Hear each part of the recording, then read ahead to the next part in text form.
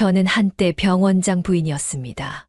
남편은 서울에서 손꼽히는 대형 병원을 운영했고, 저는 그 옆에서 사회활동과 자선 사업을 했죠. 그때는 모두가 저를 존경했어요. 그러나 3년 전 남편이 갑작스럽게 심장마비로 세상을 떠났어요. 장례식장은 사람들로 넘쳐났습니다. 아들 태준이와 며느리 지영이도 슬픔에 젖은 모습이었죠. 하지만 그건 겉모습뿐이었습니다. 어머니, 혼자 계시기엔 너무 위험해요. 저희와 함께 사세요. 태준이의 말은 진심 어린 걱정처럼 들렸습니다. 하지만 이제 와서 생각해보면 그때부터 계획된 일이었던 것 같아요. 태준이와 지영이는 저를 그들의 집 지하실로 모셨죠. 임시라고 했어요. 하지만 임시는 곧 영구적인 것이 되었습니다. 어머니, 이 서류들 좀 서명해 주세요. 병원 운영 관련 서류들이에요. 서명하는 순간 제 재산 관리권은 태준이에게 넘어갔습니다. 법적 지식이 부족했던 저는 아들을 믿었죠. 그러나 서서히 모든 것이 바뀌기 시작했어요. 지하실 방은 좁고 습했습니다. 햇빛도 잘 들지 않았죠. 처음에는 손자 준서를 돌보는 일이 기뻤어요. 하지만 곧 그것이 무급 베이비시터 역할임을 깨달았습니다. 어머니, 오늘 친구들이 오니까 방에만 계세요. 지영이의 차가운 목소리가 아직도 귓가에 맴돌아요. 태준이는 늘 바쁘다는 핑계로 집에 늦게 들어왔고, 제 말은 귀담아 듣지 않았습니다. 결혼식 때 그렇게 다정하던 며느리는 이제 저를 하인처럼 대했죠. 손자 준서만이 제 유일한 위안이었어요.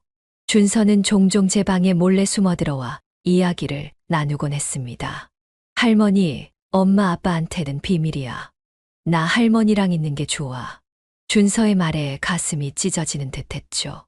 한때는 호화로운 저택에서 살던 제가 이제는 비밀스럽게 손자를 만나야 하는 처지가 되었으니까요. 하지만 참았습니다. 준서만큼은 지키고 싶었어요. 식사도 제대로 챙겨주지 않았습니다. 태준이 부부가 외식하는 날이면 저는 냉장고 구석에 있는 반찬으로 끼니를 때워야 했죠. 하루는 준서가 몰래 피자 한 조각을 가져왔어요. 그 작은 친절에 눈물이 났습니다. 할머니, 울지 마. 내가 크면 할머니랑 같이 살 거야. 어린 준서의 위로가 오히려 더 가슴 아팠습니다. 이렇게 살아야 하는 걸까요? 남편이 그토록 일궈온 성공이 우리 가족이 이렇게 변해버릴 줄은 상상도 못했습니다.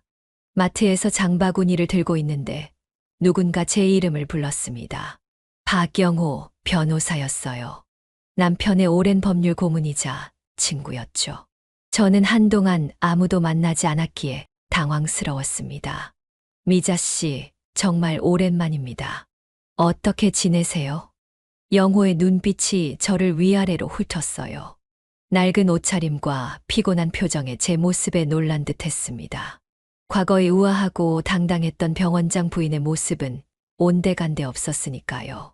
그저 그렇게 지내고 있어요. 영호 씨는 변함없이 건강해 보이네요. 말은 그렇게 했지만 마음은 무너져 내렸습니다. 누구에게도 제 상황을 말하지 않았거든요. 부끄러웠죠. 영호는 커피숍으로 저를 이끌었어요. 커피 한 잔 하시죠. 이야기 좀 나눕시다. 처음에는 거절하려 했습니다. 지영이가 정해준 시간 내에 돌아가야 했으니까요. 하지만 누군가와 대화하고 싶은 마음이 컸어요. 카페에 앉자 영호는 조심스럽게 물었습니다. 미자 씨, 솔직히 많이 달라 보이세요. 무슨 일 있으신 거 아닙니까? 눈물이 왈칵 쏟아졌어요. 감정을 억누르려 했지만 참을 수 없었습니다. 영호에게 모든 것을 털어놓았죠. 태준이와 지영이에게 어떻게 대우받고 있는지, 재산관리권을 빼앗긴 일, 손자 준서를 만나는 것도 제한당하는 현실을요. 정신 차리세요, 미자 씨. 그렇게 당할 이유가 없습니다. 남편이 남긴 재산이 얼마나 큰지 아시잖아요.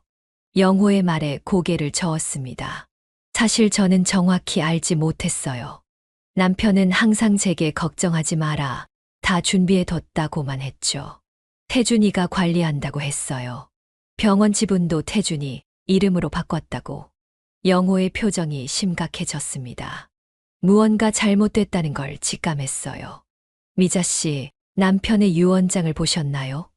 공증받은 서류들은요. 머리가 하얘졌습니다. 그런 서류들을 본 적이 없었어요. 장례식 직후 태준이가 모든 서류를 처리하겠다고 했고, 저는 그저 서명만 했을 뿐입니다. 내일 제 사무실로 오세요. 정확히 확인해 볼 필요가 있습니다. 집으로 돌아가는 길, 마음이 무거웠어요. 이제 와서 무엇을 할 수 있을까 싶었죠. 하지만 한편으로는 희미한 희망도 생겼습니다. 영호의 말대로 무언가 잘못된 게 있다면 제 상황이 바뀔 수도 있으니까요. 집에 돌아오자 지영이가 현관에서 기다리고 있었습니다. 표정이 좋지 않았어요. 어머니, 어디 계셨어요? 준서 데려오기로 하셨잖아요. 가슴이 철렁했습니다. 준서를 데려오기로 한 약속을 완전히 잊고 있었어요. 지영이의 날카로운 시선이 저를 꿰뚫었습니다. 죄송해요. 시간 가는 줄 몰랐네. 그날 밤 잠을 이루지 못했습니다. 영호의 말이 계속 머릿속을 맴돌았어요. 남편이 정말 모든 재산을 태준이에게 넘기려 했을까요? 그렇지 않다면 제가 무엇을 할 수 있을까요? 다음 날 아침 태준이와 지영이가 출근한 후 몰래 집을 빠져나왔습니다. 영호의 사무실로 향하는 내내 가슴이 쿵쾅거렸어요. 무언가 진실을 마주할 것 같은 예감이 들었죠. 영호의 사무실은 강남 한복판에 있었습니다. 예전에 남편과 함께 몇 번 방문한 적이 있었지만 혼자 오니 더욱 낯설게 느껴졌어요. 비서가 저를 영호의 집무실로 안내했습니다. 미자 씨, 오셨군요. 앉으세요. 영호는 두툼한 서류 뭉치를 책상 위에 올려놓았어요. 남편의 서명이 보였습니다. 심장이 더 빠르게 뛰기 시작했죠. 이것은 남편분의 유언장과 재산 목록입니다. 사본을 가지고 있었어요. 혹시 모를 상황을 대비해서요. 서류를 훑어보는데 눈앞이 캄캄해졌습니다. 남편은 병원 지분 80%와 부동산, 현금 자산 대부분을 저에게 남겼더군요. 태준이에게는 병원 지분 20%와 일부 현금만 상속하기로 되어 있었습니다. 이게 사실이에요? 목소리가 떨렸습니다. 영호는 고개를 끄덕였어요. 남편분은 항상 미자 씨를 먼저 생각했습니다. 태준이가 아직 경험이 부족하다고 생각했거든요. 그런데 현실은 완전히 달랐습니다. 제 서명이 필요한 모든 서류에 이미 누군가 서명을 해놓았더군요. 영호가 전문가에게 확인시켜 보았는데 위조된 것이 분명했습니다. 더 충격적인 사실이 있습니다. 영호는 병원 매각 서류를 보여주었어요. 제 병원 지분이 모두 팔렸고 그 돈은 해외 계좌로 빠져나갔다는 내용이었습니다. 명의는 태준이와 지영이었어요. 어떻게 이런 일이. 말을 잇지 못했습니다. 제 아들이, 제가 그토록 사랑했던 아들이 이런 짓을 했다니 믿기지 않았어요. 지영이의 영향이 컸을 테지만 그래도 태준이가 동의했다는 사실이 가슴을 찢었습니다. 미자 씨, 법적으로 대응할 수 있습니다. 서명 위조는 명백한 범죄예요. 제가 도와드리겠습니다. 영호의 말에 잠시 생각에 잠겼습니다. 법적 대응. 그건 곧 태준이를 고소한다는 뜻이었죠. 아무리 그래도 제 자식인데 시간이 필요해요. 생각할 시간이. 영호는 이해한다는 듯 고개를 끄덕였습니다. 하지만 한 가지 더 보여줄 것이 있다고 했어요. 또 다른 서류 뭉치를 꺼냈습니다. 남편분이 비밀리에 마련해둔 계좌입니다. 미자 씨만 아는 비상금이라고 했어요. 서류를 보니 꽤 큰 금액이 있었습니다. 남편이 저를 위해 따로 준비해둔 것이었어요. 태준이도 지영이도 모르는 돈이었죠. 이 돈으로 무엇을 할지 결정하는 건 미자 씨 몫입니다. 제 생각에는 똑같이 갚아주는 게 어떨까요? 영호의 눈빛에서 무언가 계획이 있음을 느꼈습니다. 집으로 돌아가는 길, 마음속에서 분노와 배신감, 그리고 새로운 결심이 자라고 있었어요. 이대로 당하고만 있을 순 없었습니다. 다음 날부터 저는 달라졌습니다.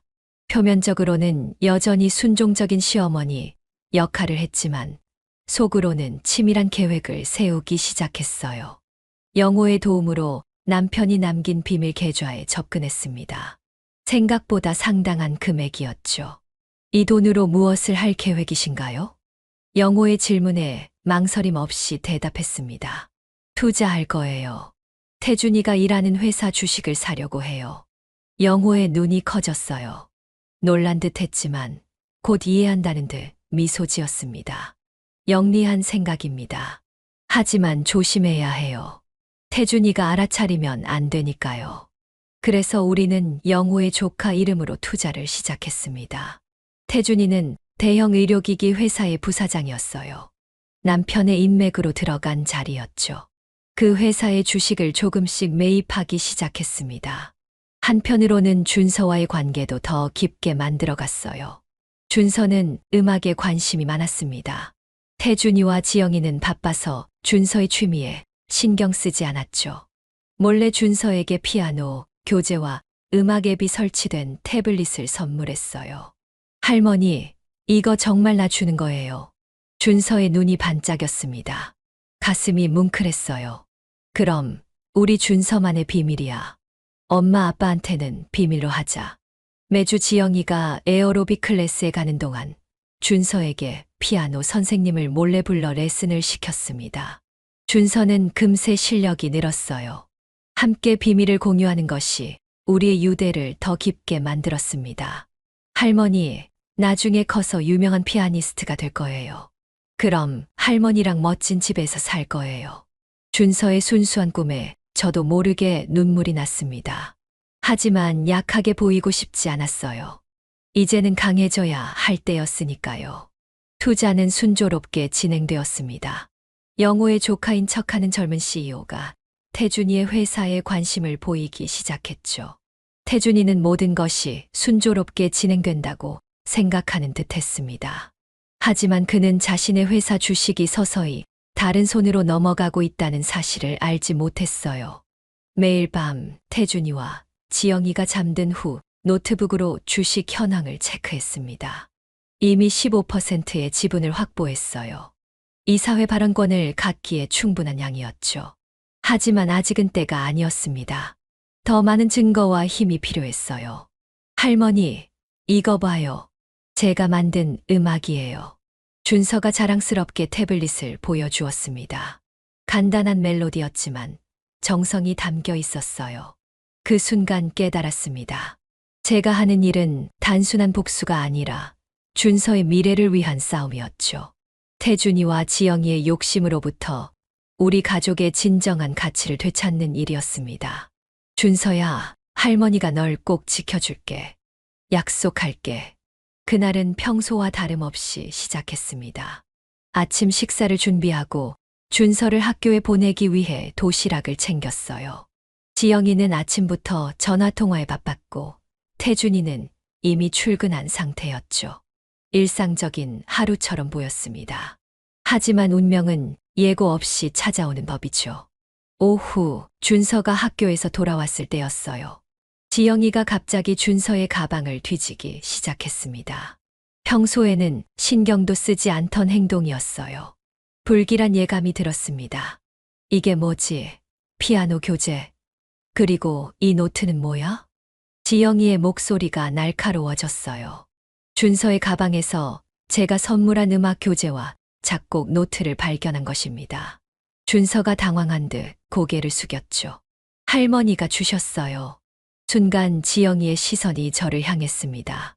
그 눈빛에서 분노가 느껴졌어요. 어머니, 제 허락도 없이 이런 것들을 사주셨어요? 누가 돈 대준다고 했습니까? 지영이의 고함 소리에 준서가 움찔했습니다. 저는 침착하게 대답하려 했지만 목소리가 떨렸어요. 준서가 음악에 관심이 많아서. 그쵸. 지영이가 교재를 바닥에 던졌습니다. 준서의 눈에 눈물이 고였어요. 제 마음이 찢어지는 것 같았습니다. 이제 어머니와 준서는 단둘이 있을 수 없어요. 알겠죠? 준서, 방에 들어가.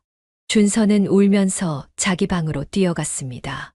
저도 따라가려 했지만 지영이가 제 팔을 잡았어요. 어머니, 이제 그만하세요. 태준이와 상의했어요. 다음 주부터 양로원에 모실 거예요. 머리가 핑 돌았습니다. 양로원이라니, 결국 이렇게 버려지는 건가요? 그 순간 분노가 치밀어 올랐어요. 내가 뭘 잘못했지? 손자에게 관심을 가진 게 죄야? 지영이는 비웃듯 말했습니다. 관심, 어머니가 우리 가족을 망치려 한다는 걸 모를 줄 아세요? 태준이도 어머니가 피곤하다고 했어요. 양로원이 제일 나을 거예요.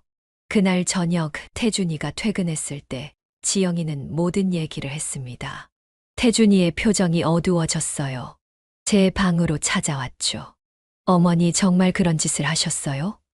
준서에게 몰래 선물을 주고 아들의 목소리에서 실망감이 느껴졌습니다. 하지만 더 이상 참을 수 없었어요. 태준아, 그게 그렇게 잘못된 일이니? 넌 내 아들이야. 어떻게 나를 양로원에 보낼 생각을 해? 태준이는 잠시 멈칫했지만 이내 단호한 표정을 지었습니다. 어머니, 우리도 어쩔 수 없어요. 지영이 말대로 어머니가 혼자 계시기엔 위험해요. 양로원이 더 나을 거예요. 그 말을 듣는 순간 결심했습니다. 더 이상 물러설 곳이 없었어요.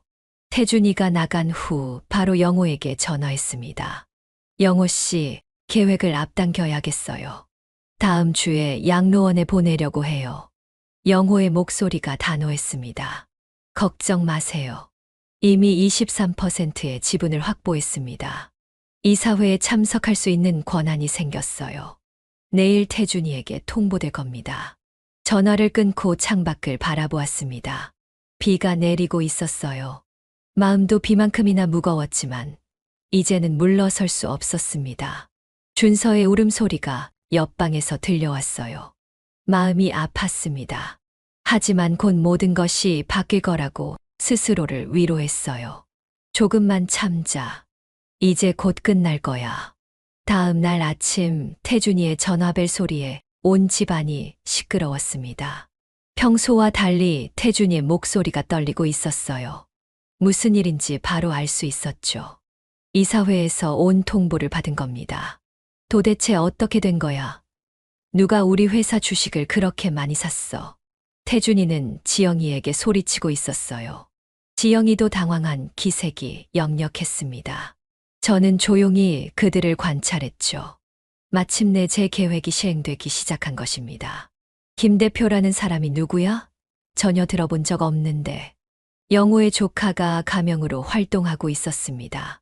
그는 태준이의 회사에 새로운 투자자로 등장했고 이사회 자리를 요구했어요. 태준이는 급하게 출근했습니다. 지영이도 뭔가 불안한지 함께 나갔죠. 집에는 준서와 저만 남았어요. 할머니, 엄마 아빠가 왜 그렇게 화났어요? 준서의 순진한 질문에 미소 지었습니다. 어른들의 일이야. 걱정하지 마. 준서야, 할머니가 오늘 특별한 선물을 줄게. 서랍에서 작은 상자를 꺼냈어요. 남편이 저에게 선물했던 목걸이였습니다. 하트 모양의 펜던트가 달린 은색 목걸이였어요. 특별한 점은 펜던트 안에 USB 칩이 숨겨져 있다는 것이었죠. 이건 할머니의 보물이야. 이제 준서에게 줄게. 준서의 눈이 반짝였습니다. 목걸이를 조심스럽게 그의 목에 걸어 주었어요. 이 안에는 특별한 비밀이 있어. 언젠가 준서가 크면 알게 될 거야. 절대로 잃어버리면 안 돼. USB에는 태준이와 지영이의 불법 행위에 대한 모든 증거가 담겨 있었습니다. 영호가 수집한 서명 위조 증거, 병원 매각 서류, 해외 계좌, 이체 내역 등이요. 만약의 사태에 대비한 보험이었죠. 그날 저녁 태준이는 매우 늦게 돌아왔습니다. 표정이 어두웠어요. 저는 그의 상태를 보고 계획이 순조롭게 진행되고 있음을 알 수 있었죠. 지영이도 평소와 달리 조용했습니다. 불안감이 역력했어요. 준서는 벌써 잤어요? 태준이가 물었습니다. 평소에는 준서에게 관심도 없었는데 갑자기 신경 쓰는 모습이 낯설었어요. 고개를 끄덕였습니다. 30분 전에 잠들었어. 오늘 피곤해 보이더구나. 태준이는 한숨을 쉬며 소파에 털썩 주저앉았습니다. 지영이는 주방에서 와인을 따르고 있었어요. 손이 떨리는 게 보였죠. 어머니, 사실은 양로원 얘기는 잠시 미루려고 해요. 지영이의 말에 태준이가 날카로운 시선을 보냈습니다. 그들 사이에 무언가 대화가 오갔던 모양이에요. 저는 담담하게 대답했죠. 그래. 갑자기 왜? 지영이가 억지 미소를 지었습니다. 어머니가 준서에게 도움이 많이 되시잖아요. 좀 더 생각해 보려고요. 속내를 꿰뚫어 보았지만 표현하지 않았습니다. 그들은 회사에 문제가 생기자 저를 이용하려는 거였죠. 아마도 제가 준서를 돌봐주는 동안 그들이 위기 대처에 집중하려는 속셈일 겁니다. 다음 날 아침 영호에게서 전화가 왔어요. 미자 씨, 내일 이사회가 열립니다. 태준이도 참석해야 해요. 우리의 정체를 공개할 때가 왔습니다. 심장이 빠르게 뛰었습니다. 드디어 그 순간이 오는군요. 태준이에게 연락했어요. 태준아, 난 내일 마지막으로 가족 식사를 하고 싶구나. 양로원에 가기 전에. 태준이는 잠시 망설이다 동의했습니다. 아마도 지영이와 상의한 후 저를 달래려는 의도였겠죠. 하지만 그들은 내일 어떤 일이 벌어질지 전혀 예상하지 못했습니다. 영호 씨도 초대해도 될까? 오랜 친구니까. 태준이는 별 생각 없이 고개를 끄덕였어요. 계획은 완벽하게 진행되고 있었습니다. 내일이면 모든 것이 밝혀질 거예요. 그날 밤 준서의 방에 들어가 자고 있는 그의 모습을 지켜보았습니다. 목에 걸린 목걸이가 달빛에 반짝였어요. 할머니가 꼭 지켜줄게. 약속할게. 식사 준비로 분주한 아침이 밝았습니다. 특별한 날이니 제가 직접 요리를 했어요. 태준이가 좋아하는 갈비찜, 지영이가 좋아하는 연어 샐러드, 준서가 좋아하는 떡볶이까지. 마치 마지막 만찬처럼 정성을 들였죠. 어머니, 이렇게까지 안 하셔도 되는데. 지영이의 말에 미소 지었습니다. 속으로는 그래, 오늘이 진짜 마지막이 될 테니라고 생각했지만요. 오후 6시 초인종이 울렸습니다. 영호였어요. 하지만 혼자가 아니었죠. 그의 옆에는 중년의 신사가 서 있었습니다. 안녕하세요. 김 회장님을 모시고 왔습니다. 태준이의 얼굴이 창백해졌어요. 그 김 회장이 바로 태준이 회사의 새로운 대주주였기 때문이죠. 사실 그는 영호가 고용한 배우였지만 태준이는 그걸 모르고 있었습니다. 김 회장님, 어떻게 여기에? 지영이도 당황한 기색이 역력했어요. 저는 태연하게 모두를 식탁으로 안내했습니다.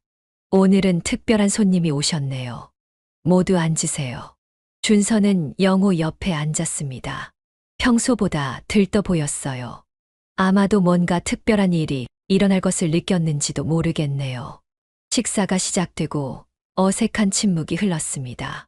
마침내 영호가 입을 열었어요. 태준 씨, 어제 이사회에서 있었던 일에 대해 김 회장님께 설명해 드렸나요?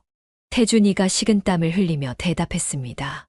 아직 기회가 없어서요. 김 회장 역할의 배우가 심각한 표정으로 말했어요. 문제가 꽤 심각한 것 같던데요. 회사 자금이 상당히 빠져나간 흔적이 보이더군요.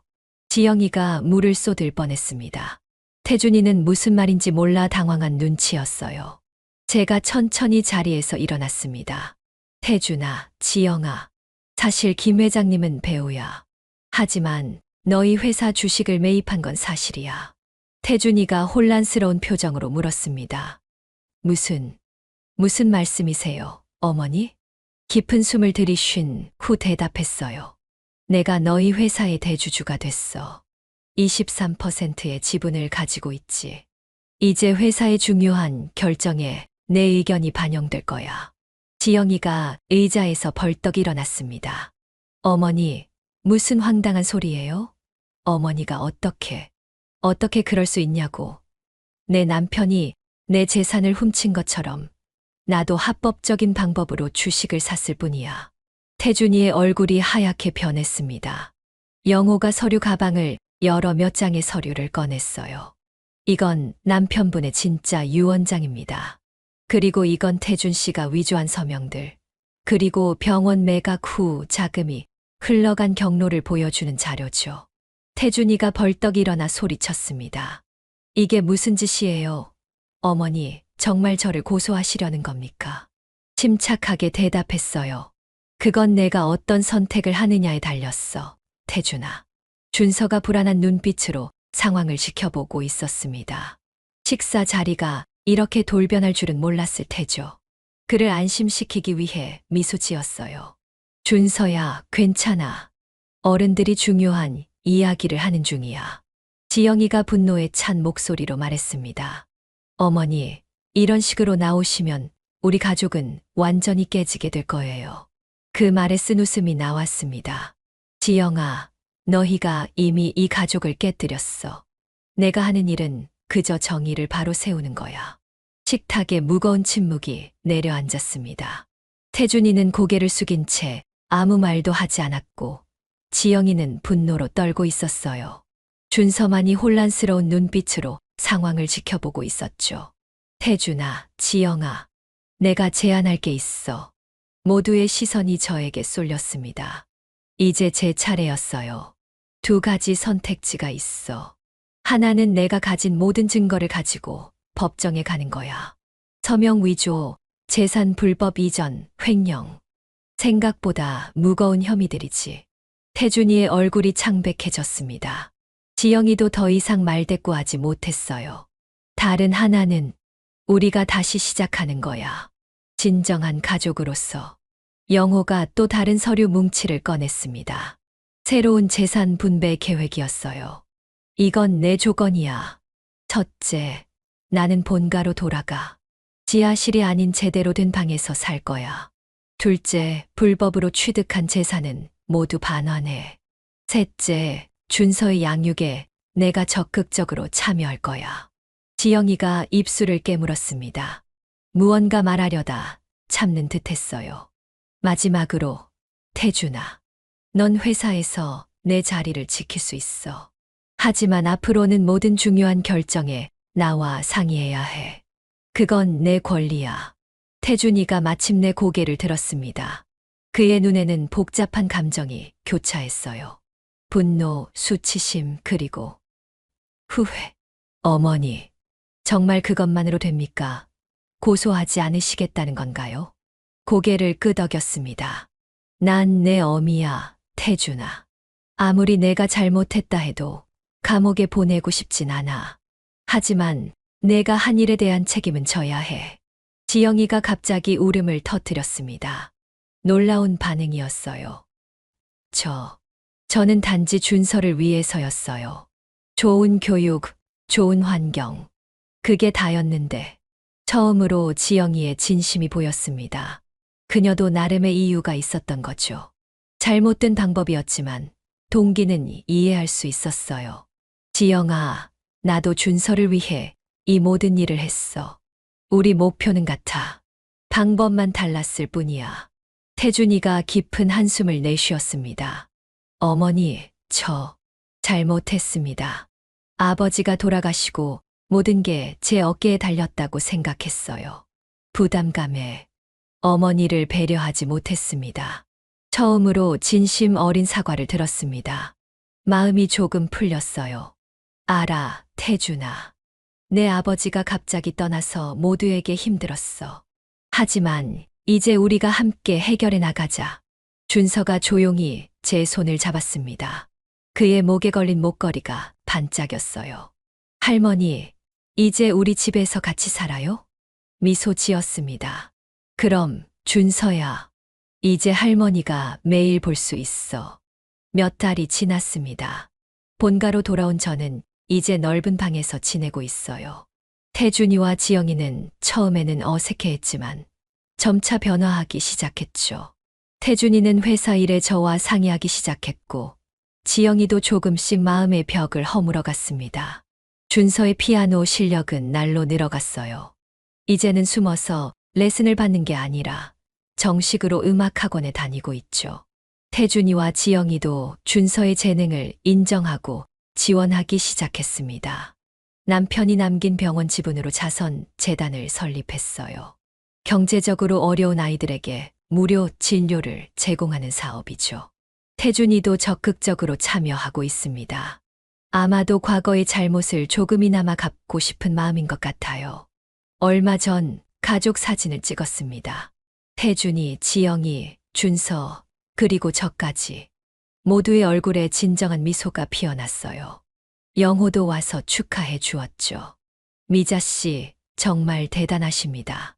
이렇게까지 모든 걸 잘 해결할 줄은 몰랐어요.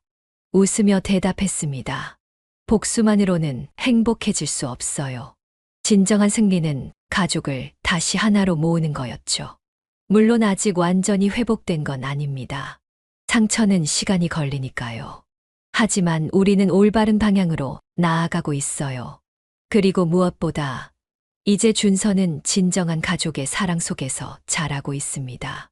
버려진 시어머니의 복수는 이렇게 끝났습니다. 파괴가 아닌 회복으로, 증오가 아닌 용서로요. 하지만 그 과정에서 한 가지 교훈을 남겼죠. 노인이라고 약하다고 무시해선 안 된다는 것을요. 우리 모두에게는 정의를 위해 싸울 힘이 있으니까요. 오늘 영상이 좋으셨다면 구독과 좋아요 부탁드립니다. 감사합니다.